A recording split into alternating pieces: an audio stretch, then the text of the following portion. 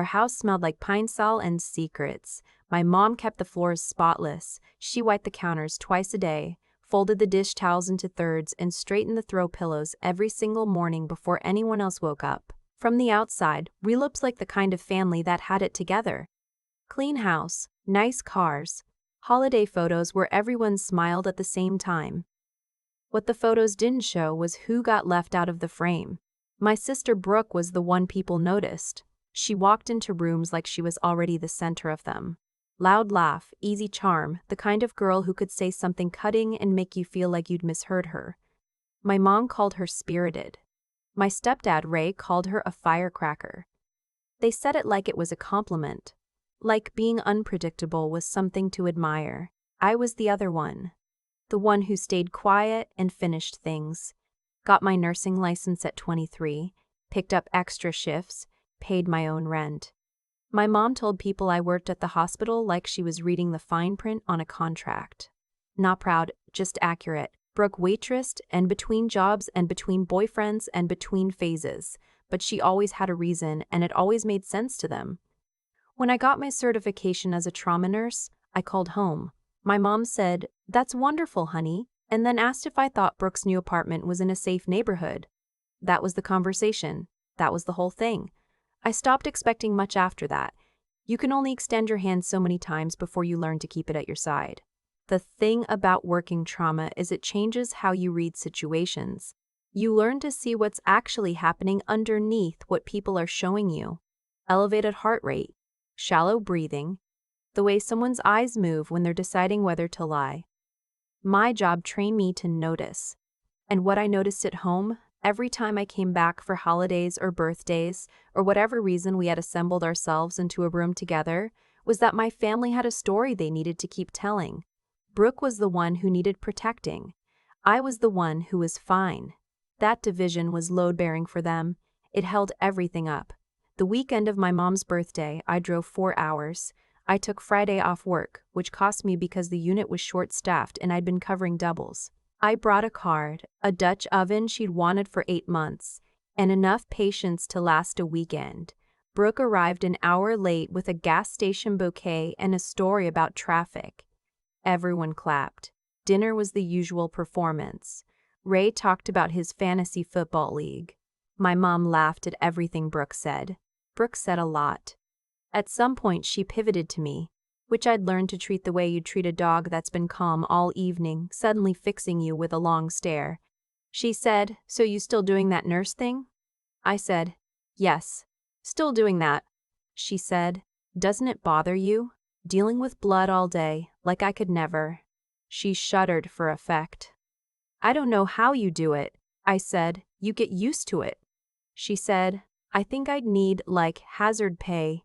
She laughed. My mom laughed. Ray said, "Brooke could never handle the sight of blood. Remember when she fainted at your dad's surgery? That was classic." I smiled like nothing had weight. That's the thing about being the stable one in a family like this. You develop a very particular kind of smile. It doesn't reach your eyes, but nobody's really looking anyway. After dinner, I helped clean up. Brooke sat on the counter scrolling her phone. My mom washed and I dried, and we had the kind of conversation that's really just noise, just something to fill the space while the real things go unsaid. That night I slept in my old room, which had become a storage room with a bed in it, boxes stacked against the wall, half a sewing machine on the desk. My nursing bag sat near the door. I was used to sleeping in uncomfortable places, used to being half awake in case I needed to move fast. Old habit. I heard Brooke down the hall, talking to someone on the phone until at least 1 in the morning. Her voice carried. It always carried. It always carried. The next day was supposed to be easy. Just lunch, cake, my mom opens presents. We smile at each other like we mean it. I drive home. 4 hours back, early enough to sleep before my next shift. That was the plan. What happened was not the plan. We were in the kitchen after the cake. My mom had gone to lie down, headache, the kind she gets when she's been around a lot of noise. Ray was watching something in the other room. Brooke and I were alone for maybe the first time in years. She poured herself a glass of wine, She poured it like she was already past the point of asking if I wanted some. She said, "You know, Mom's stressed about money." I said, "Okay." She said she shouldn't have to worry at her age. She's done so much for us. I agreed with that. She said, "I've been thinking about helping her out financially." I said, "That's good." She said, "I actually talked to Dad's side of the family about the inheritance situation, about Grandma Celia's house." She looked at me with a very specific expression, the kind where the words on the surface are different from what's underneath. She said, "I think we should talk about what's fair." And there it was. I'd been waiting for it without knowing I was waiting for it. My grandmother had passed 11 months before. Celia May, who taught me how to hem pants and how to make cornbread, and who told me once, when I was 12 and crying in her bathroom, that being quiet didn't mean being weak. She'd left her house jointly to me and Brooke, which surprised Brooke, I think. The estate had been in probate. We hadn't settled anything yet. I said, "There's a process for that. We go through the estate attorney." Brooke said, "I know, but I was thinking." She set down her glass. "What if we just handled it between us? Simpler that way. Less fees." I said, "What are you proposing?" She said, "You have your salary. Your nursing thing, you're fine. I'm in a transition right now. If you signed over your portion to me, you wouldn't have to deal with any of it. I'd handle everything. It would help me get stable. You know how hard it's been." There's a particular silence that comes before you respond to something like that. A beat where your entire nervous system is deciding whether what you just heard was actually what you heard. I said, "You're asking me to give you my share of Grandma's house." She said, "I'm asking you to consider what's fair." I said, "Brooke, we both inherited it. That's what fair is." Her jaw tightened. She said, "You always do this." I said, "Do what?"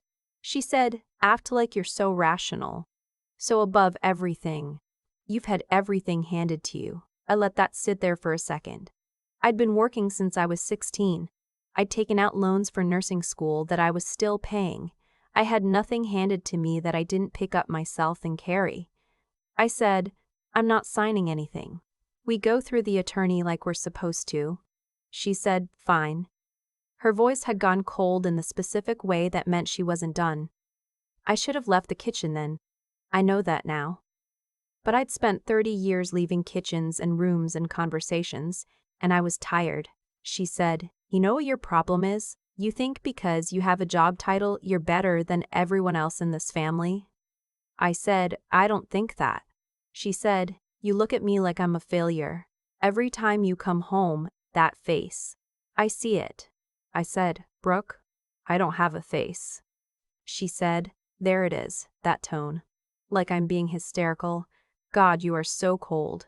I started to move past her toward the door and she grabbed my wrist. Her grip was tight. She'd always been stronger than she looked. She said, "Stop walking away from me. For once in your life, stay in the conversation." I said, "Let go." She didn't. What happened next took about 4 seconds. She shoved me back, hard, toward the counter. I caught the edge with my hip, which bruised instantly. She grabbed the wine glass and I saw it happen before it registered. The way you see something in a trauma bay before your brain has fully processed it. The glass caught my forearm. It didn't shatter the way they do in movies. It broke in a single clean line and opened up a cut about 3 inches long on the inside of my left arm. It bled immediately. Trauma nurses know exactly what a wound looks like when it needs attention. This one did. I pressed my hand against it, already running assessment on myself, already calm in the way you get when the situation becomes clinical. Brooke froze. My mom appeared in the doorway. I don't know if she'd been there or if she came because of the sound. She looked at my arm. She looked at Brooke. She said, "What happened?" Brooke said, "She grabbed the glass. She did it to herself." That was the line. That was the one that changed the shape of everything. I looked at my mom and I said, "That is not what happened." My mom looked between us for a long moment, and then she said, "Emma, you're always so dramatic." That was her answer. Her daughter was bleeding in her kitchen, and that was her answer. I picked up my nursing bag from the doorway. I carried gauze and tape and wound closure strips because I was a trauma nurse and I always had supplies. I dressed my own arm while standing at the kitchen sink. Neither of them moved to help me. I packed my overnight bag in 4 minutes. I know because I counted. Before I left, I stopped in the doorway and I looked at my mom and I said, "I need you to understand that I'm going to report this." She said, "Report it to who?" "It was an accident. Brooke is your sister." I said, "I know she is." I drove myself to the nearest urgent care, which was 22 minutes away. The PA who treated me asked what happened and I told him exactly. He documented it. He asked if I wanted to file a police report and I said yes. The officer who took my statement was a woman about 10 years older than me. She didn't rush me. She asked good questions. She documented the location of the wound, the shape of it, the way it was inconsistent with a self-inflicted injury. She noted that the wound had been treated by the victim, who was a licensed trauma nurse, which established my credibility as a witness to my own injury. She said, "Do you want to pursue this?" I said, "Yes." She said, "Your sister could face assault charges." I said, "I know." She said, "Your family may not support that decision." I said, "They already don't." What I had that my family didn't count on was documentation. I had the urgent care intake form. I had the officer's report. I had a photograph of the wound taken by the attending PA before he closed it. I had a text message from Brooke sent 20 minutes after I left which said, "Don't be dramatic about this. We can talk." That text would become one of the more useful pieces of evidence. I also had something my job had taught me. You write down what you see when you see it with a timestamp. I sat in my car before I drove to urgent care, and I typed out everything on my phone. Time, sequence, exact words I could remember. I dated it and emailed it to myself, so there'd be a server timestamp that predated any other narrative. My mom called that night. She said Brooke was devastated. She said the family was upset. She said, "Can't we please handle this privately? This is between sisters." She said, "You know how Brooke gets." I said, "Yes, I do know." "That's the whole point," she cried. I waited. When she was done, I said, "I'll talk to you when there's something to talk about," and I ended the call. Brooke called twice. I didn't pick up either time. I let them go to voicemail and forwarded the voicemails to the detective who'd been assigned to the case. The next 2 weeks were quiet in the specific way that comes before systems move. I went to work. I did my shifts. I took care of patients. At home, I put the gauze wrappings in a sealed bag and kept the urgent care discharge papers in a folder. I didn't talk about it with coworkers. I didn't post anything. I just waited. My aunt called. My mom's sister, who I'd always been closer to. She said she'd heard what happened and she wanted me to know she believed me. She also said, gently, that my mom was telling people I'd provoked it, that Brooke had been defending herself, that I'd had something to drink and misremembered. I hadn't had anything to drink. I'd been on call rotation that weekend. I didn't touch alcohol on call weekends. My toxicology report from the urgent care would confirm that, and I'd already requested it be added to the file. I said, "Thank you for telling me." And I meant it. Knowing what story they were building helped me understand what I needed to counter. The DA's office contacted me 6 weeks after I filed. An assistant district attorney named Price, whose voice sounded like he'd been doing this job for a long time. He walked me through what the charge would look like: assault causing bodily harm. He said, "I want to be honest with you. Cases like this, family cases, they're hard to prosecute. Juries don't like convicting sisters. They don't like disrupting family structures." I said, "I understand." He said, "But your documentation is unusually solid." I said, "I work in emergency medicine. I know what documentation does." He said, "Yes, that's going to help." Brooke got an attorney. I found out through my aunt. The attorney sent a letter requesting the case be resolved through family mediation. The letter described the incident as a minor altercation that was being criminalized due to a family dispute about property. There was a sentence about my emotional state being a contributing factor. I read it twice. Then I forwarded it to Price with a note that said, "They've connected this to the inheritance dispute. I believe that's relevant context." He agreed. My mom sent me an email 2 weeks before the hearing. It was long. It had the rhythm of something she'd rewritten several times, crossing things out, putting them back. She said she loved me. She said she just wanted peace. She said Brooke had always struggled, and I had always been stronger, and wasn't it unfair to use that strength against your own sister? There was a line near the end that said, "You've always been harder to love because you don't let anyone in." I read that line 4 times. Then I opened a new document and I kept working on my case notes. The courtroom wasn't dramatic.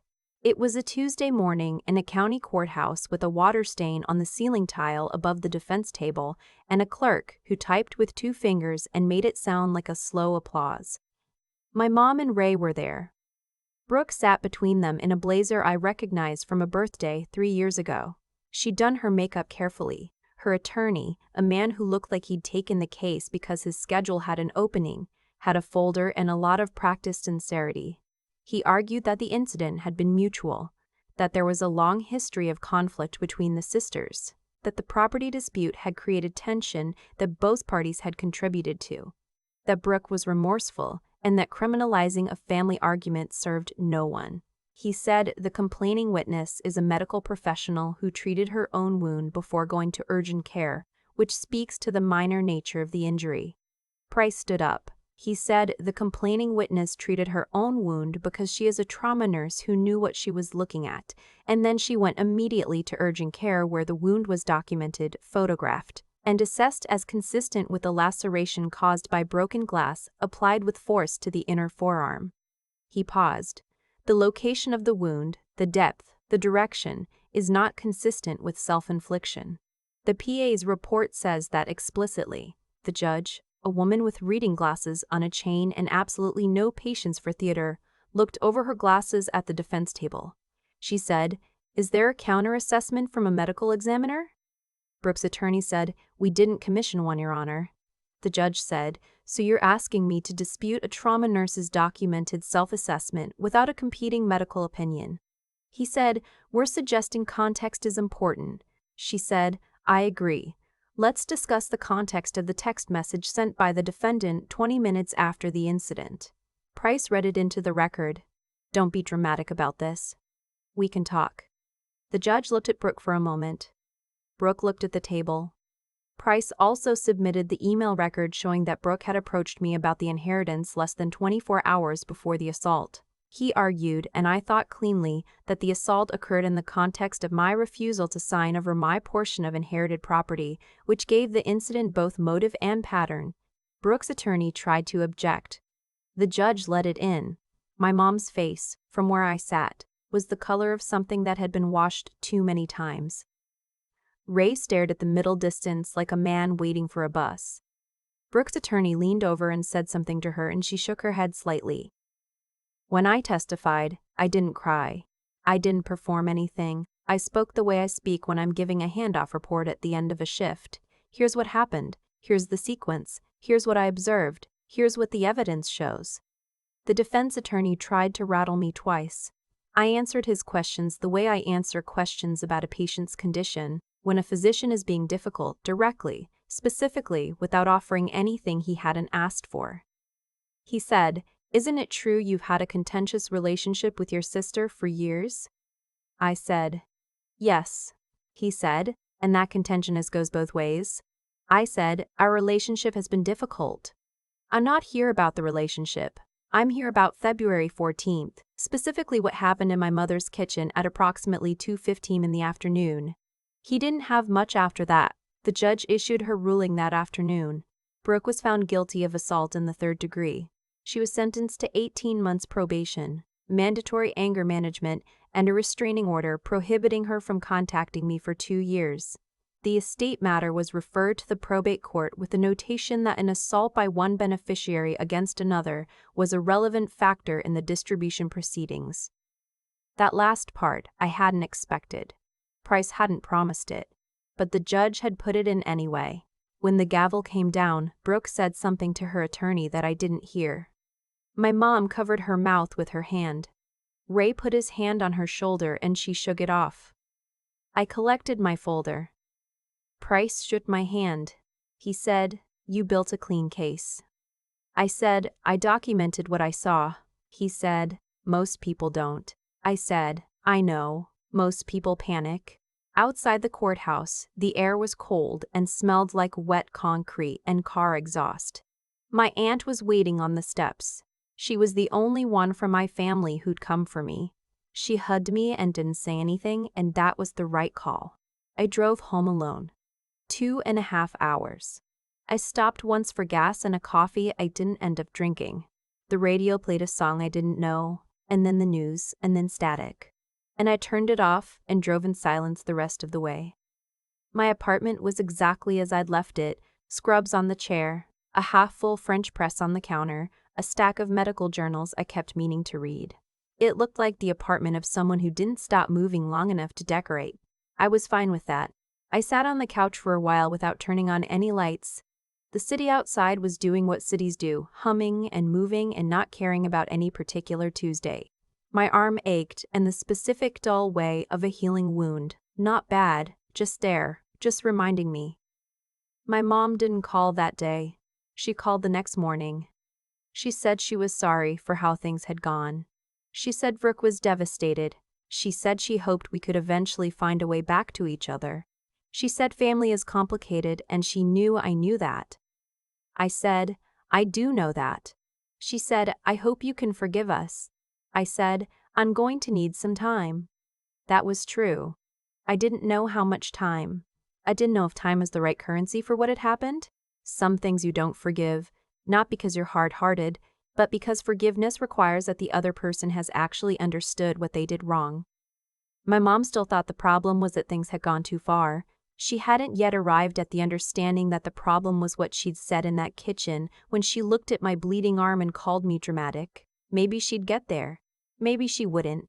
That wasn't mine to control. 2 months later, the probate court settled Grandma Celia's estate. I received my full share, which was the house and what was in it. Brooke received hers, minus legal costs incurred during the assault proceedings, which the court determined were directly related to her conduct. I didn't sell the house right away. I went back there on a Saturday in April, alone, and walked through every room. Celia's furniture was still there, her reading chair by the window, her good dishes in the hutch, the quilt folded at the foot of her bed in the yellow room. I sat in the kitchen, where she used to make biscuits on Sunday mornings, and I just sat there for a long time. She'd known things about me that no one else in my family had bothered to learn. She'd seen me work. She'd asked about my job like she wanted to understand it, not just acknowledge it. She'd known I was good at what I did. I put the house on the market in May. Before I listed it, I took the quilt from the yellow room and the good dishes from the hutch, and I kept them. The rest I handled cleanly. No drama. My mom sent a card for my birthday in June. It was a generic one, the kind with a flower on the front. Inside she'd written, thinking of you. Always your mother. I put it on my counter for a few days and then recycled it. Not with anger, just with clarity. At work, nothing had changed and everything had. I was the same nurse.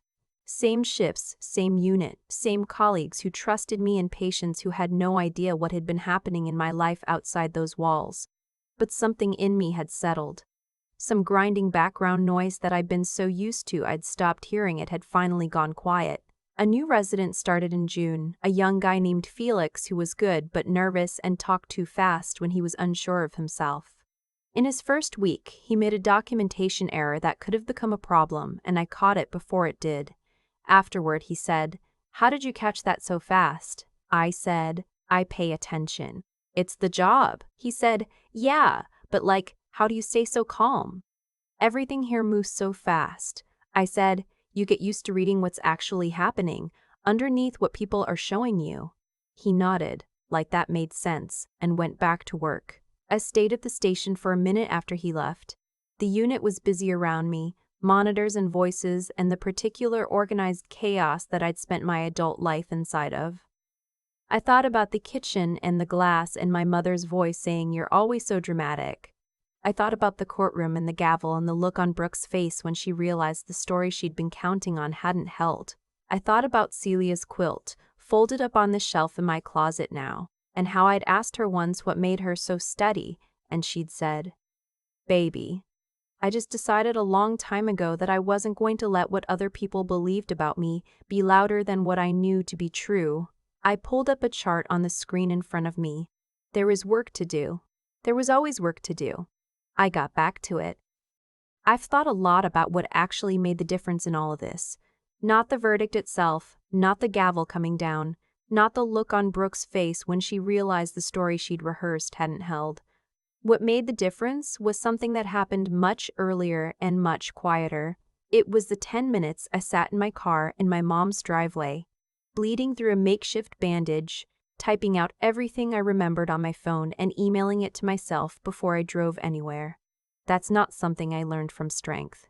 I learned it from years of working in emergency medicine, where the difference between a patient making it and not making it is often just whether someone wrote down what they saw when they saw it, with a time attached. Documentation doesn't have a personality. It doesn't cry or get flustered or change its story when someone looks at it a certain way. I understood that, and when it mattered most, I used what I knew. That's what I mean when I say your skills belong to you in every room you walk into. I didn't leave my training at the hospital. I carried it into my mother's kitchen and into a county courtroom, and it held. The harder thing, the thing I'm still working through, is what happened with my mom. Brooke swung the glass. But my mom looked at my arm and called me dramatic. In some ways that landed differently. You expect conflict from someone who's been competing with you your whole life. You don't quite expect the person who is supposed to see you clearly to look at evidence and choose the easier story instead. That one took longer to sit with. What I came to understand is that my mom wasn't lying exactly. She was protecting the version of our family she built her sense of stability around. Brooke needed protecting. I was the one who was fine. Disrupting that meant disrupting everything, and she wasn't willing to do it. That's not an excuse. It's just the mechanism. Understanding it didn't make it hurt less, but it did make it make sense, and sense is something I can work with. What I've learned, if I'm being honest, is that integrity is only visible under pressure. Anyone can be fair when nothing's at stake. The moment something costs you something, that's when you find out what you're actually made of. Brooke made her choice when she thought I'd back down, because backing down was what I'd always done. My mom made her choice when she thought family loyalty meant closing ranks. I made my choice when I sat in that car and decided that what I knew to be true was worth more than keeping the peace one more time. And the inheritance, Grandma Celia's house, that came back to me not because I fought for it, but because I refused to hand it away under pressure. Cause and effect. It's not poetic. It's just how it works. The choices you make in small moments build the structure that either holds or doesn't when things get serious. I still have Celia's quilt. Some mornings I see it folded on the shelf and I think about what she told me when I was 12. That being quiet didn't mean being weak. She was right. It took me a long time to understand that there's a version of quiet that's just survival, and there's a version that's chosen. The second kind has weight behind it. That's the kind I'm aiming for now.